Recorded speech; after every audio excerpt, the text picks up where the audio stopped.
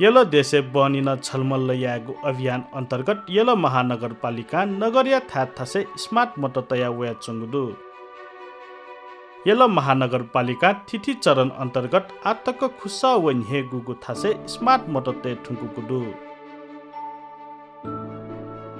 नापा थुगु लागा ख्युसे चना सवारी साधन दुर्घटना लिसे आपला अपराधिक व बाम लागु घटना जुया चंगु ख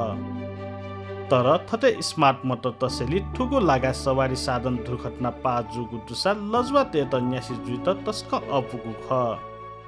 थोहे अभियान अन्तर्गत महानगरपालिका आ यल महानगर दुने लागु हेगु फुटी गुंगु किलोमिटर रिङ रोड या बालकुमारी निसे बलखुया लपी स्मार्ट मत ते टेंगुदु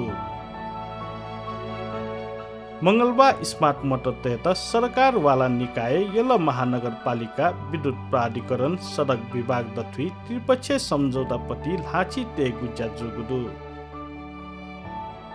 ज्याजोले महानगरपालिका या मेयर चिरी बाबु महर्जन नेपाल विद्युत प्राधिकरण या कार्यकारी निर्देशक हितेन्द्र देव साक्य व सडक विभाग या महानिर्देशक अर्जुन जङ थापा लाची तया दिगु ख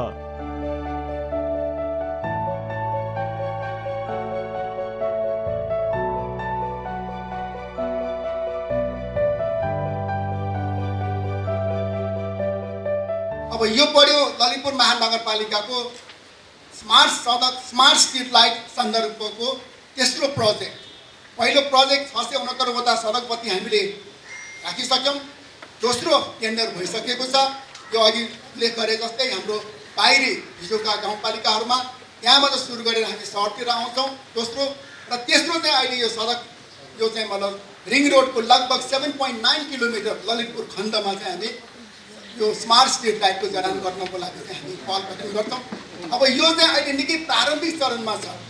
प्रारम्भिक चरणमा अर्थात् हामीले यसको डिपिआर गराइसकेका छैनौँ डिपिआर हामीले गराउनु छ डिपिआर पनि हामी गर्छौँ र त्यसपछि यसको मतलब इन्स्टलेसनको काम चाहिँ हामी गर्न जान्छौँ तसर्थ मलाई जहाँसम्म लाग्छ ललितपुर महानगरपालिकाले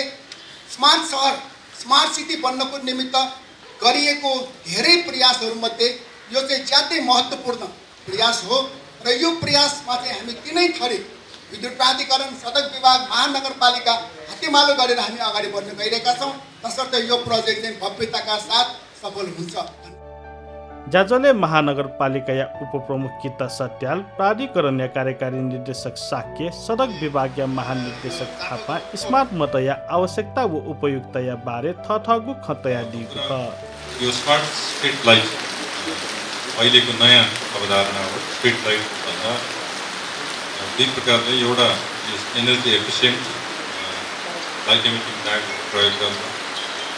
र एफिसियन्ट लुमिनियरहरू प्रयोग गरेर आवश्यक ठाउँहरूमा ज्यादा पुग्ने गरिकन डिजाइन गरिएको त्यस्तो सबै स्मार्ट र अर्को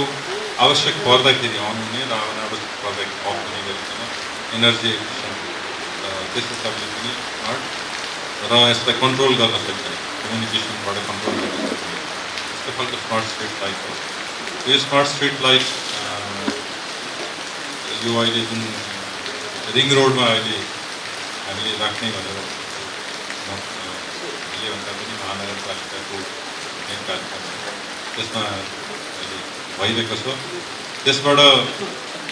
त्यहाँ हुने दुर्घटनाहरू कम हुने भन्ने त एउटा यसको सबैभन्दा ठुलो महत्त्वपूर्ण पक्ष भयो नि त्यो सँगसँगै त्यसको डिजाइन स्मार्ट स्ट्रिट लाइटको डिजाइन र त्यसको लोकेसनहरूबाट त्यसको त्यो अङ्गको शोभा पनि बढ्ने त्यो क्षेत्रको सहरको शोभा पनि बढ्ने देखिन्छ यो स्मार्ट स्ट्रिट लाइट राखिसकेपछि रात्रिमा यात्रा गर्ने यात्रुहरूको लागि सहज हुनेछ जसले गर्दा यात्रुहरू अकालमा ज्यान